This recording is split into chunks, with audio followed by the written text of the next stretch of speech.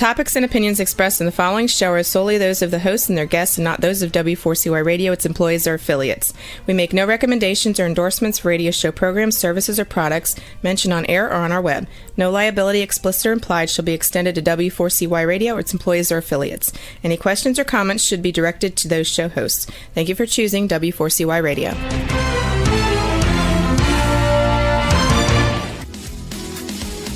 Barry G. Fowler, EA, brings you Tax Talk for You right here on W4CY Radio and Talk 4 TV.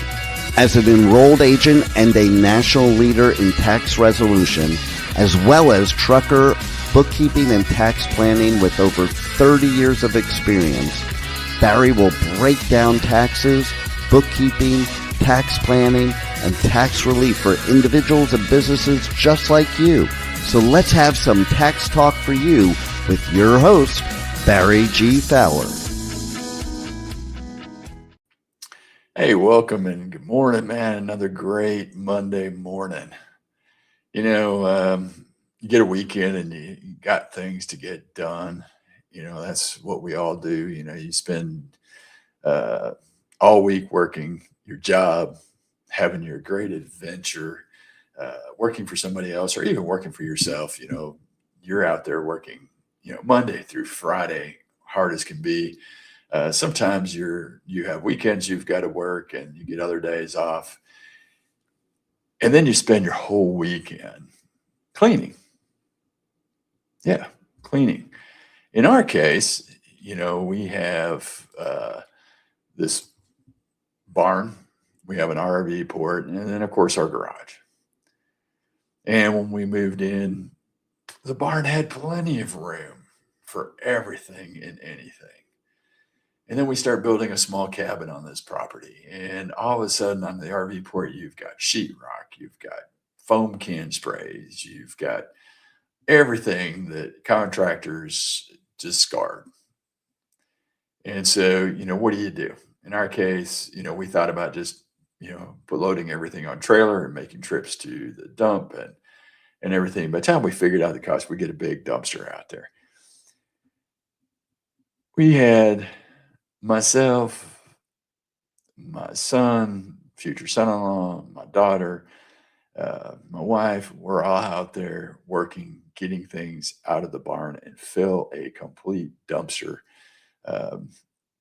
Took us both Saturday and Sunday to get everything clean. But now all of a sudden we've got plenty of room. As much room as we had in that barn as when we first moved in. So we have determined that we are just complete pack rats. We keep everything under the sun. You know, we still got toys from when our kids were young for our grandkids to come play with. Of course, we still kept all that stuff, but we got rid of everything else that we could possibly get rid of. If we haven't used it in 4 years, 2 years, 3 years, whatever that time period is, and some of it even dates back further than that, it had to go. So, you know, we had a great time doing that. It was kind of fun working with the family to get all this stuff cleared out and now have a little bit of room. We can actually drive the tractor through the barn. So we got doors on both sides. We can actually drive all the way through. We haven't been able to do that in a long time. And hopefully this will stay that way. You know, we all wish that when we're cleaning things up that it would just stay clean. But hey, that's not what you're here to hear about my cleaning weekend and cleaning out a barn. What you came here to talk about and listen and learn about is these Trump accounts and 529 accounts. You know, Trump accounts, these are tax-advantaged investment accounts for U.S. children under 18. You know, this was launched July 4th, 2026 under federal legislation. The program provides an initial $1,000. U.S. Treasury is going to seed that deposit for eligible children born between January 1, 2025 and December 31st, 2028. Hey, this is fantastic. This is U.S. government giving these children an advantage and a start with an investment account for their future. And as long as kids don't touch this thing can grow incredibly. If parents continue to contribute to it, it can grow even more exponentially. So, if you haven't done and set up your accounts, you can actually go to the Trump portal. So you can actually go to trumpaccount.com and you can log in and get set up with this account for your kids. Now, how are you going to do this? In order to activate an account, you have got to complete the IRS Form 4547. Hey, that's pretty cool, isn't it? 4547. Trump was president 45, and Trump is president number 47. Sorry about that. My phone was going off. We got to get that ringer off. So you can get that form through the irs.gov, and then you can elect to open a Trump account for your eligible children. To complete that form through the IRS website, you're going to need to verify your identity with ID.me. Set you up an account over at irs.gov. Not a bad thing for you. And it will help protect your information and provide secure access to IRS online account services. So it's really kind of a good thing. And when it comes in and you sign in, you got to go to that ID.me protocol, and it sends you a verification. So if somebody's trying to log into your account, it's going to give you that multi-factor proof. So if somebody else is logging in, it's going to ding you on your phone, and basically you're going to say, hey, that wasn't me. So that account will stay secure. And then once you get logged in over there, you're going to have to give all your kids' information. So you're going to have to provide dates of birth, contact information, social security numbers for both you and your child. And after you completed the IRS form, then you check out and activate the account. And so you're going to go through that process right there. Now, it does give you some investment options. So you don't have to be an expert at investing. You're not going to want to be investing in individual stocks and stuff. But the Trump account contributions will be invested automatically in a default exchange traded fund, ETF. And that's going to provide broad exposure to U.S. companies, allowing the investment to grow over time as those companies grow. All contributions are going to be automatically invested in SPYM, which is an index fund that tracks the S&P 500 by holding the hundreds of the largest U.S. companies. Now, none of this is guaranteed by the U.S. government, and you're subject to market risk. So if you're really adverse to market risk, you can also choose like a money market account that's going to earn money market interest. Right now, it's tracking around 3%, but that could go down. Highly unlikely it's going to go up unless interest rates continue to increase. Then it could go up a little bit, but it's there for you. And then after you've established the account and it's activated, and you've contributed, you can track all transactions such as contributions, the account history, all in the app. So they give you real nice ways of tracking what's going on. Now,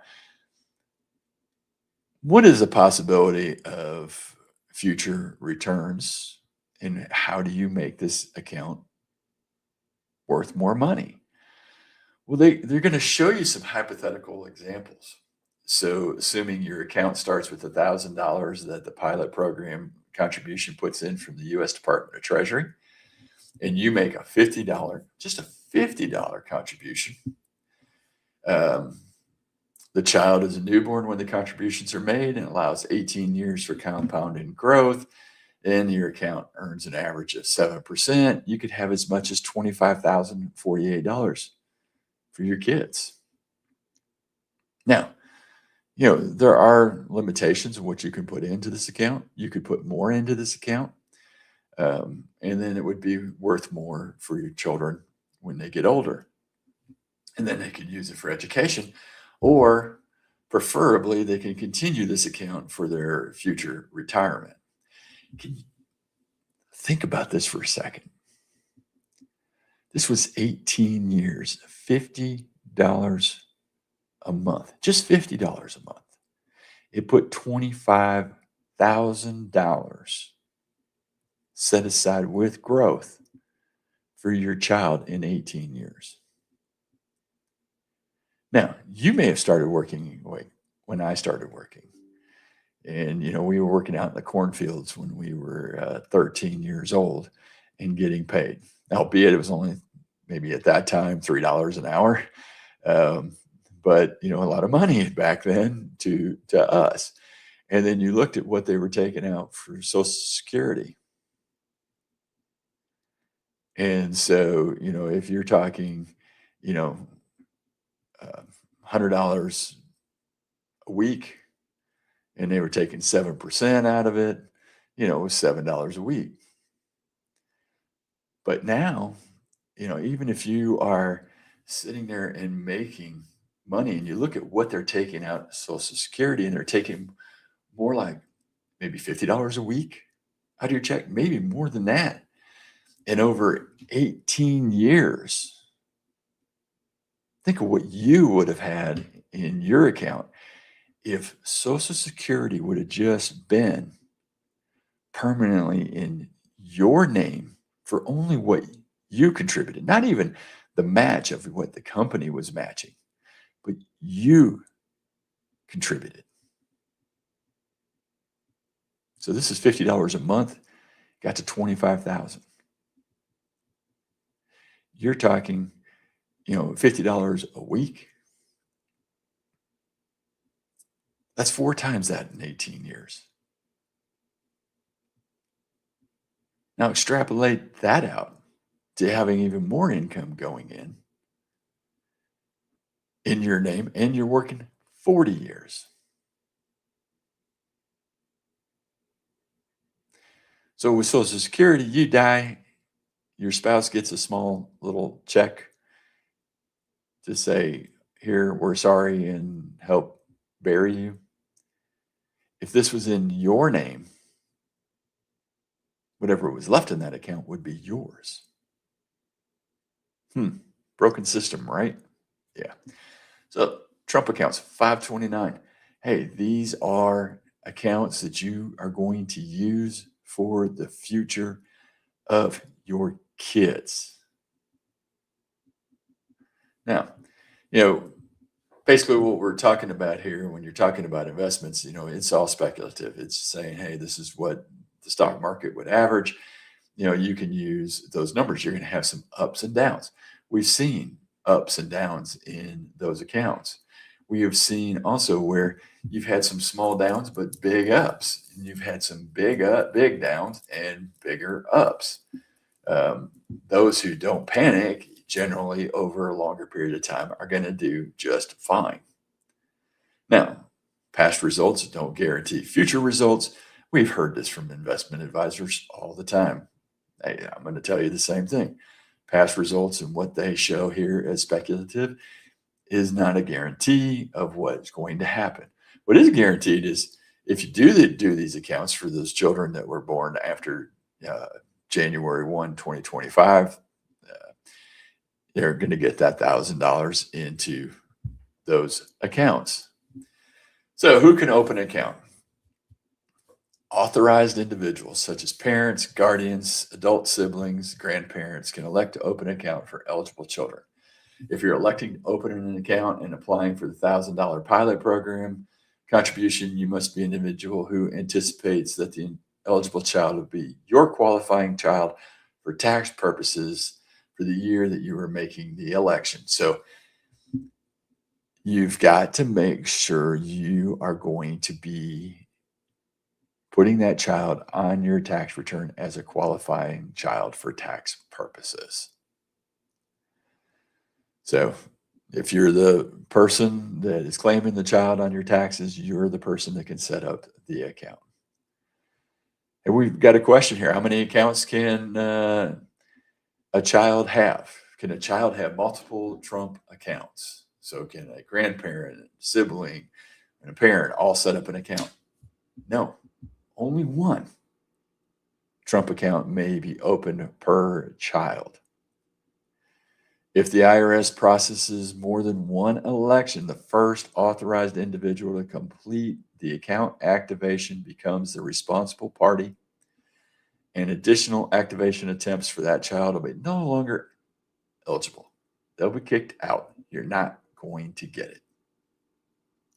So you just want to make sure that if you are the responsible person, you are the ones that are going to file and claim them. If you're filing jointly, the primary taxpayer may be required to complete activation and serve as the responsible party. If the other spouse would like to serve as the responsible party instead, they can submit a new IRS Form 4547 in their own name and be added as a trusted contact on the account.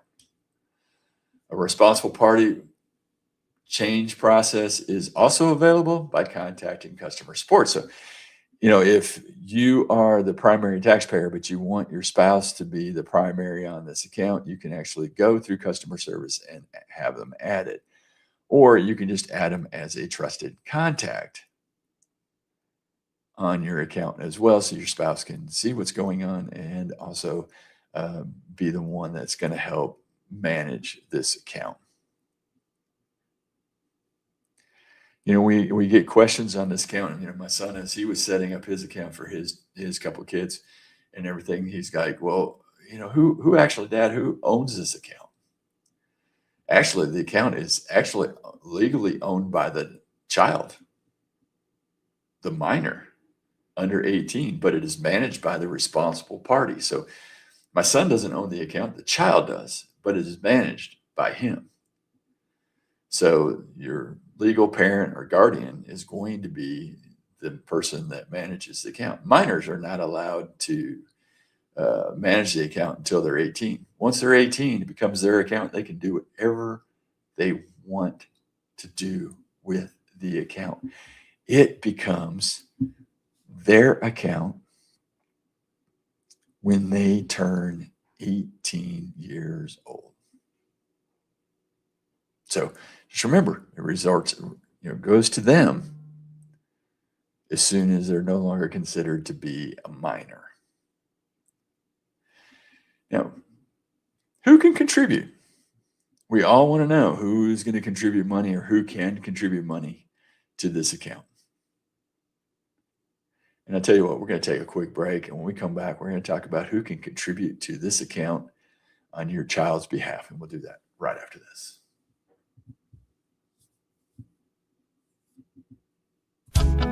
We have only scratched the surface of today's show.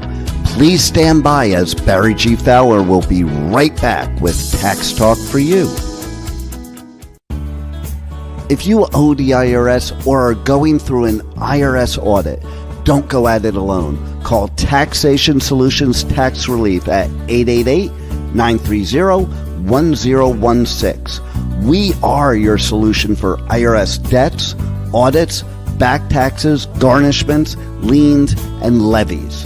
Whether you're an individual or business, you need a solution and a strong, aggressive tax resolution.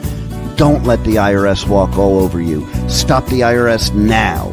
Call 888-930-1016 or go to taxationsolutions.net now for a free, no-obligation consultation. Let's get back to Tax Talk for You with more Tax Talk. Once again, here's your host, Barry G. Fowler. Who can contribute to these Trump accounts? You know, when these accounts began, July 4th, 2026, 250 years of this country, man. We celebrate, and first thing we do is give away money to kids for their future. But anyway, who can contribute besides U.S. Department of Treasury on behalf, I guess, of Trump and the government? Parents, you can. Family can. Friends can. There is a limit, though, of up to $5,000 per year to an eligible child's account. So you have a limit of $5,000. So you could contribute $5,000 a year as a family member. Hey, if you're a friend and want to give your friend's kids some money, you can help contribute to that as well. Grandparents, aunts, uncles. Instead of giving money when they're young to the parents to set aside for whatever, or spend on toys, which most kids have way too many toys at times anyway, you could take that money and put it right into the Trump account and be part of that $5,000 contribution that you could make into this account. So that's not a bad way to do it. Your employer can actually contribute up to $2,500 per year per employee. And that also counts towards that $5,000 annual limit. So if your employer puts in $2,500, you could put in $2,500 and then go from there. Other donors, they're set up, and it's really kind of interesting when we were looking at this.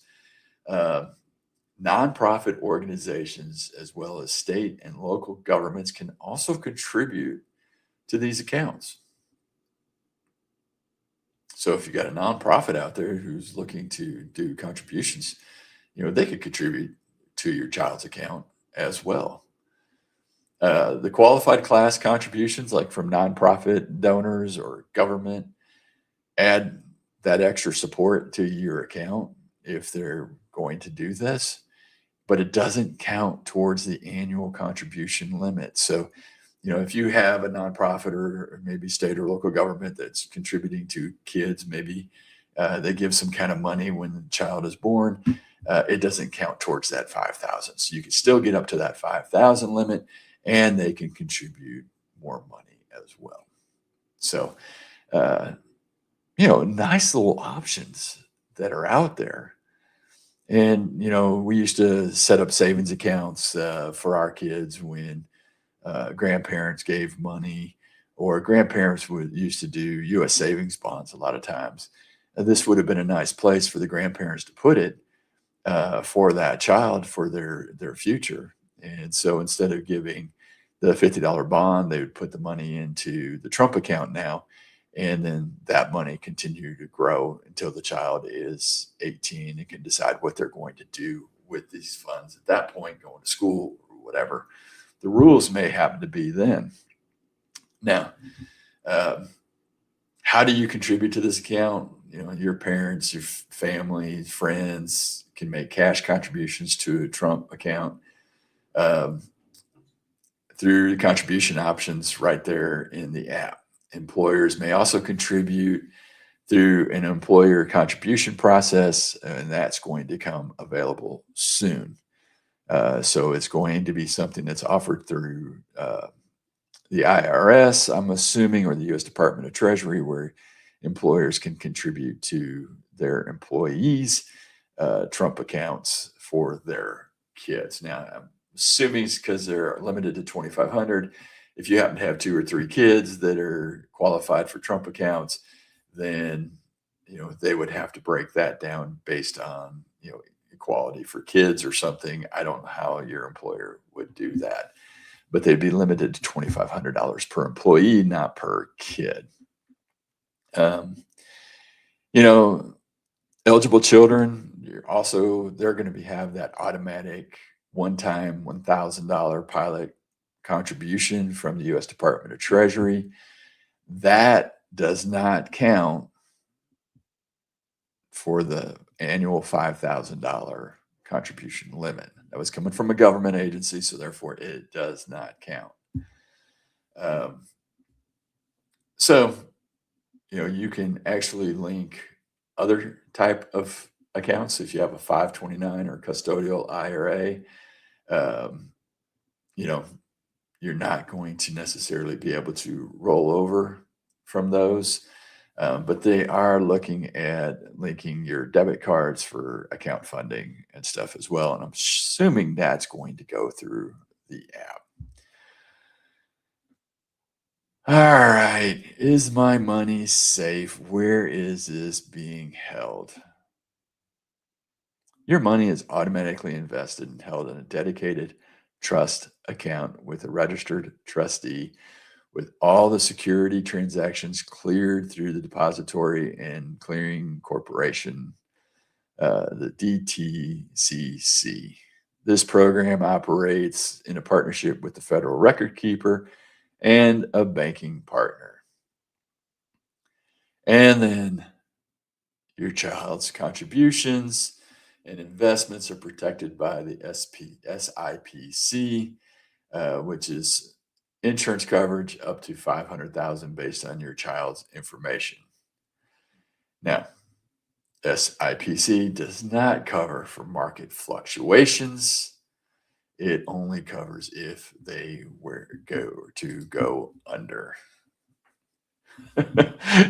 Hey, Chad, I love this. Thanks for the question. Where did our government get the money to do this? Where does the government ever get the money to do something?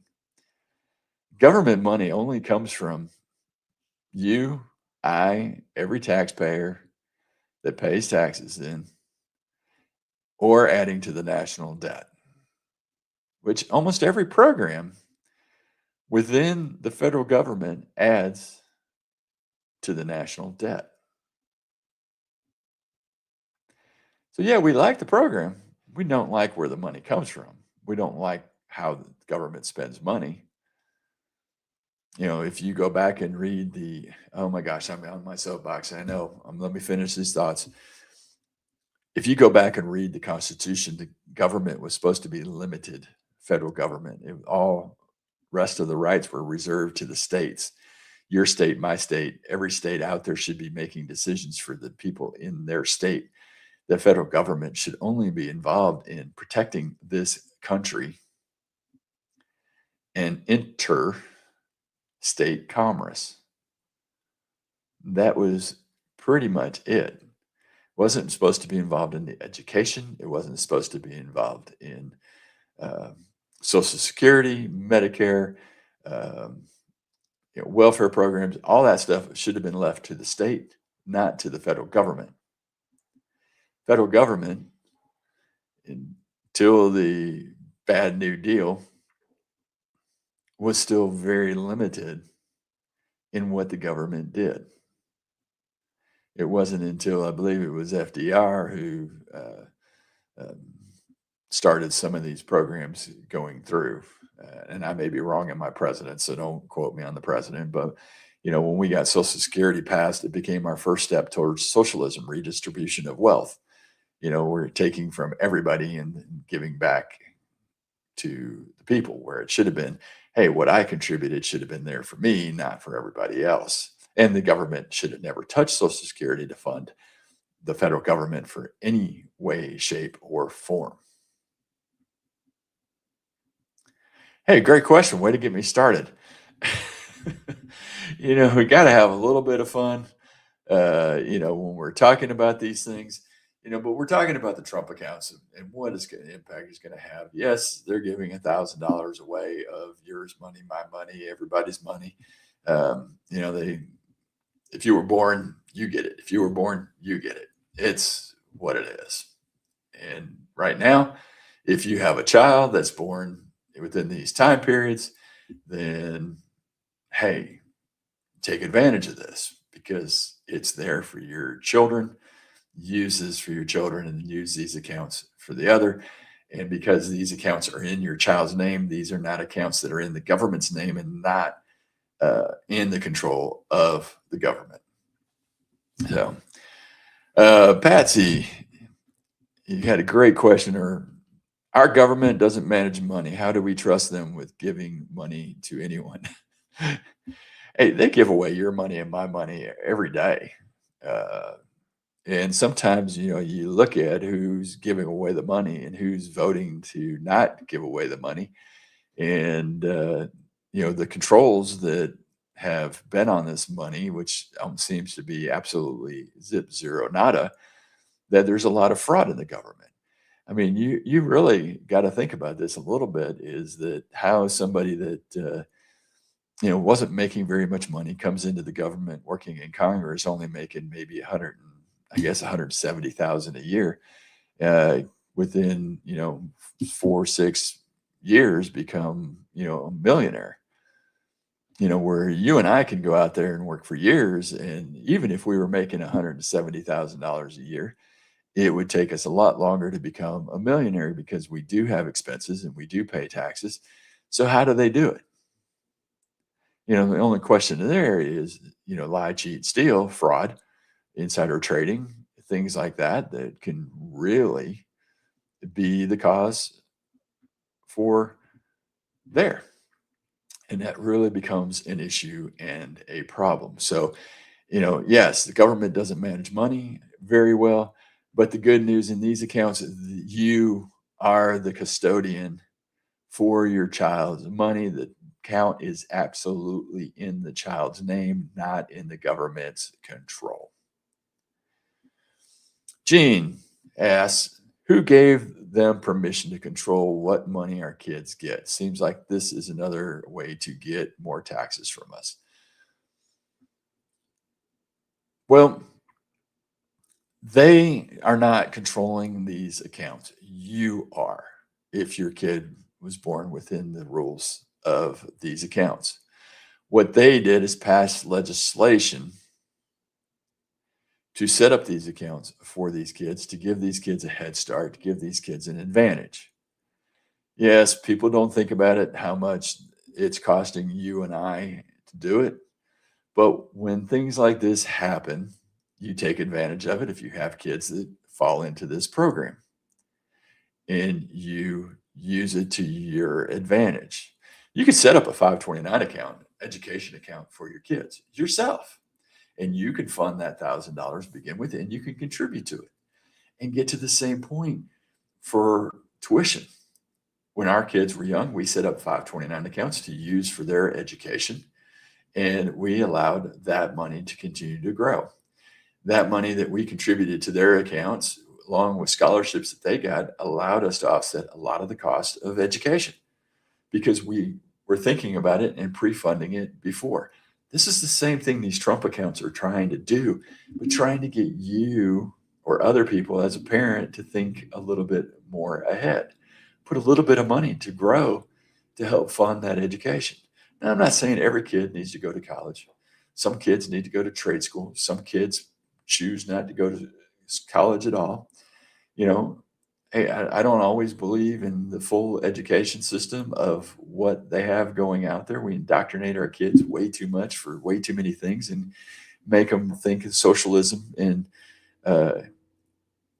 taking money from other people to give people money is the right way to go. No, it's called, helping people out and not continuing to keep them into a socialistic society. So it becomes a really, really hard thing. Kimberly, good question. How many desperate people are going to touch that money before the kids get older? So after the child is 18 years old, the strict block of withdrawals ends. So what does that mean? Distributions are restricted. Funds in the Trump account will remain invested and not available for withdrawal before the child reaches 18. See, great question. So that account cannot be withdrawn from until that child reaches the age of 18. And it can only be invested in eligible investments. So there are restrictions on this account. So note on this thing, after December 31st of the year, the child turns 17. No new contributions can be made until the child reaches the age of 18. And then the account transitions to a traditional IRA. Then it's up to the child. Well, he's an adult or she's an adult because she reached 18.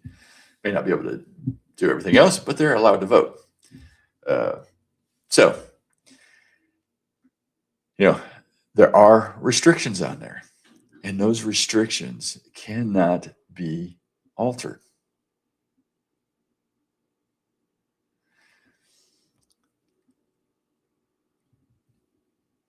Now, I have a great question in here from Lajera. What if a child dies before reaching the age of 18? Who gets the money?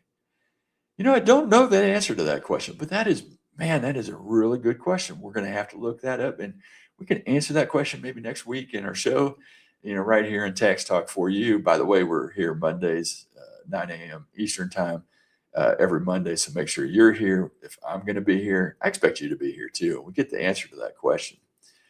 And then Heath is asking the question, do parents have to pay taxes on this account until the kid turns 18? There's no tax on this account. Remember, this is basically like an IRA. It just sits out there until the funds are withdrawn. So there are no taxes on the account or the growth on this account. And so it's going to sit there and grow tax-free.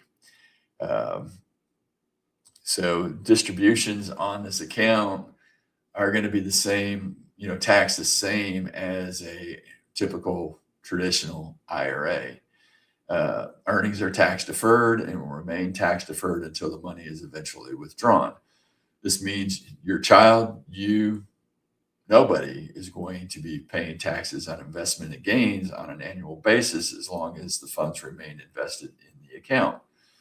So, you can't withdraw from the account until the child's 18, and then the child can.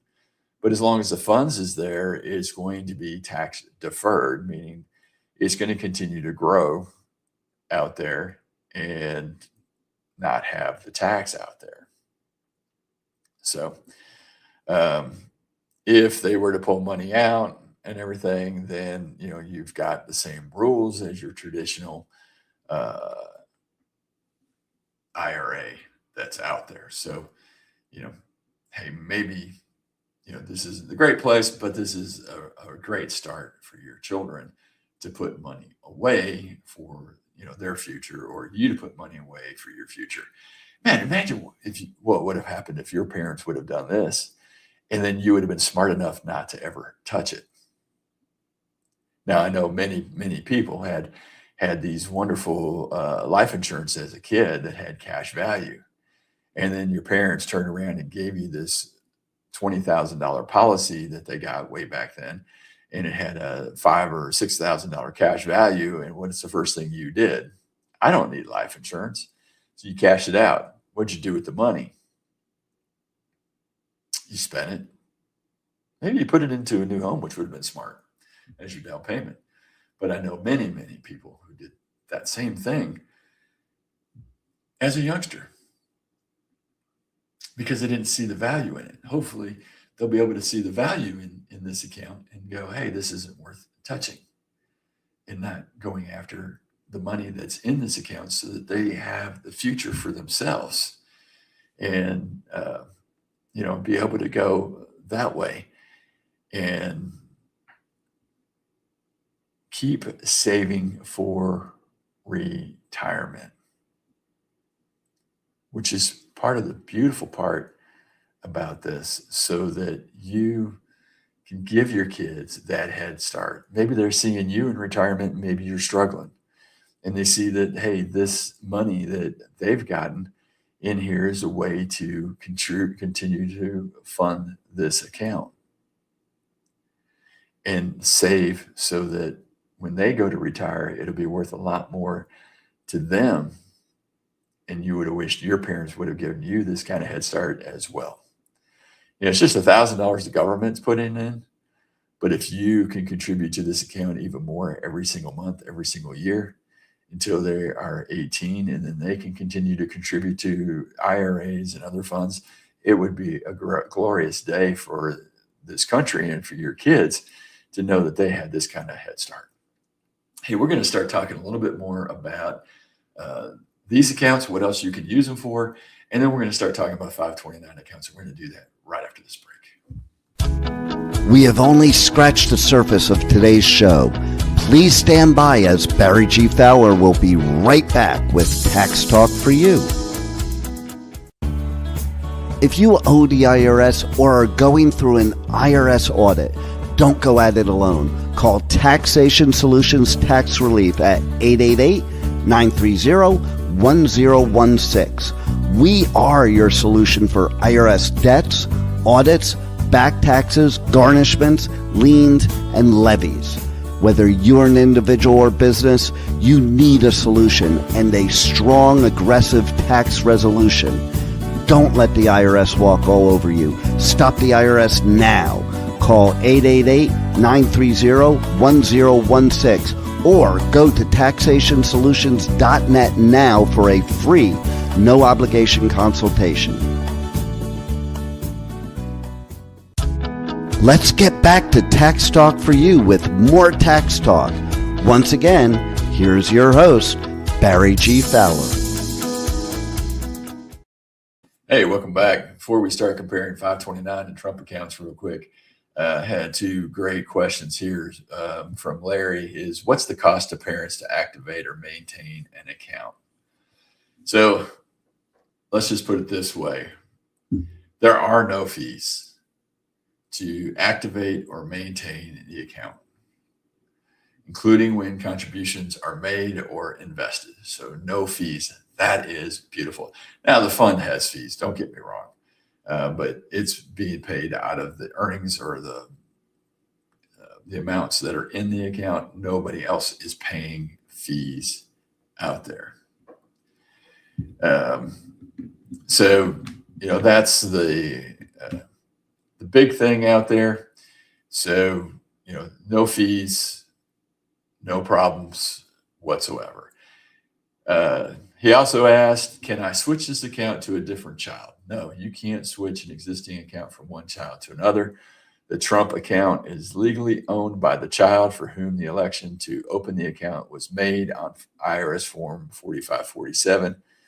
Now, the one thing that I'm going to make a note here is I am pretty sure, because this is like a traditional IRA, you can set beneficiaries if the child was to pass away.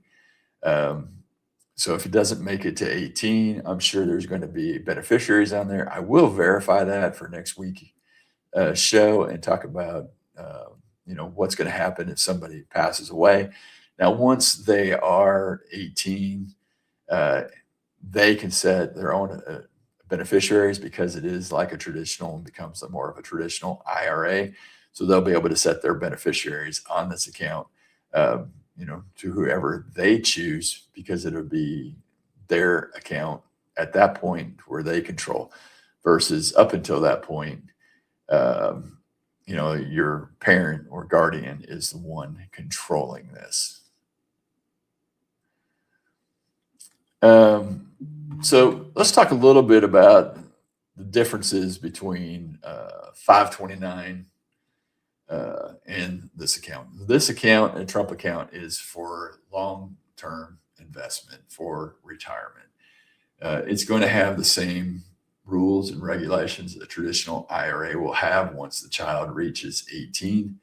Now, remember, the one big rule on this account is nobody can touch it until the child reaches 18, meaning you can't take any withdrawals or distributions, no matter what the reason is.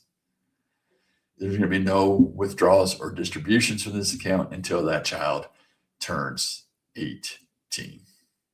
So got to remember that. The 529 plans and other child savings accounts, they're going to serve kind of a different purpose. The 529 plan provides significant tax advantages for families saving primarily for qualified education. And again, the Trump account is designed for encourage long-term investing for the child. And they have different rules and different withdrawal rules. And, sometimes those traditional IRAs are going to offer more for the child as far as withdrawals go for education and stuff. But we've got to look at what the rules are for that traditional IRA at the time that the child's looking to withdraw, because those rules do periodically change.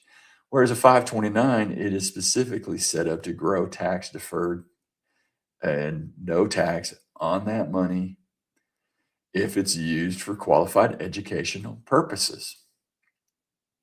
So, you're saving in a 529 account specifically for qualified educational expenses. So now you may have a 529 account and you may be the primary as the parent, and you've designated for one child.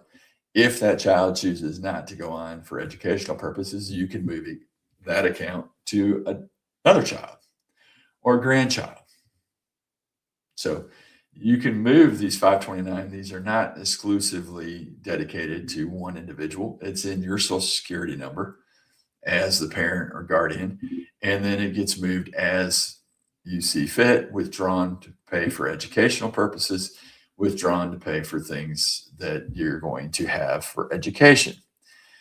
And these 529 accounts and custodial IRAs cannot be rolled over into the Trump account.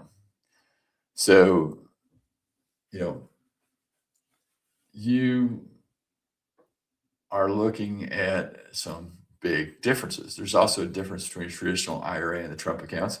Traditional IRAs, the kids would have to be actually earning some income to contribute to a traditional IRA. But a Trump account, they don't have to earn anything. You can contribute on behalf of the government. James, here's his, I don't know if it's a question or not. Seems this is just more proof that the government owns us from the moment we were born and issued a Social Security number. Back when I was born, Social Security numbers were not required.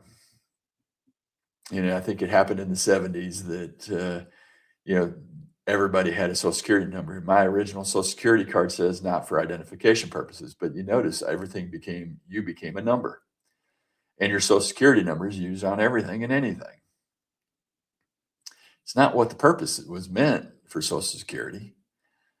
Social Security was meant to be your safety net, not meant to be your full retirement. Wasn't meant to contribute as much money into this program as they have contributed today. It was supposed to be in a trust fund that started out that way, didn't continue. They use this money for everything, anything, and it is basically owed a whole bunch of money from the federal government because they're doing it. That's where the national debt came in, is they decided this money is here, it's ours to spend, and we're just going to spend it however we see fit, whether they are Americans or they're illegal, whatever the case is, they spend the money. Get back to the Constitution, get rid of everything else, and then let's balance the budget. Let's start from there.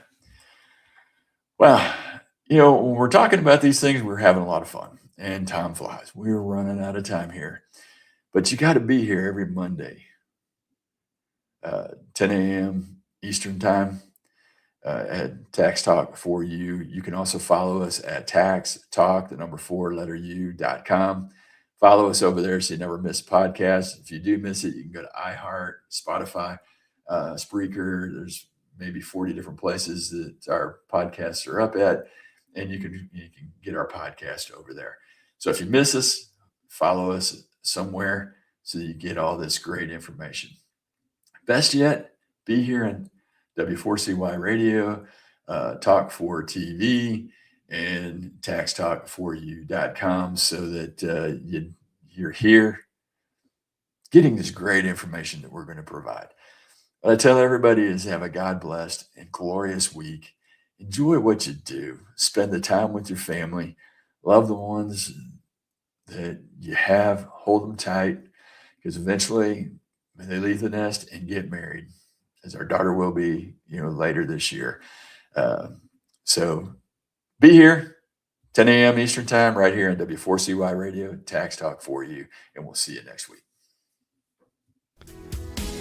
Are you an individual or business that wants to understand taxes and how they affect you? Are you looking for specific tax advice for self-employed, business owners, and truckers? Are you behind on taxes and your bookkeeping? Are you dealing with the IRS and ready to have some relief? Then you need Tax Talk for You, hosted by tax and trucker expert Barry G. Fowler, EA. Tune in 10 a.m. Eastern Time every Monday right here on W4CY Radio and Talk4 TV. Don't forget to check this and past episodes at TaxTalkForYou.com. See you next week at W4CY.com.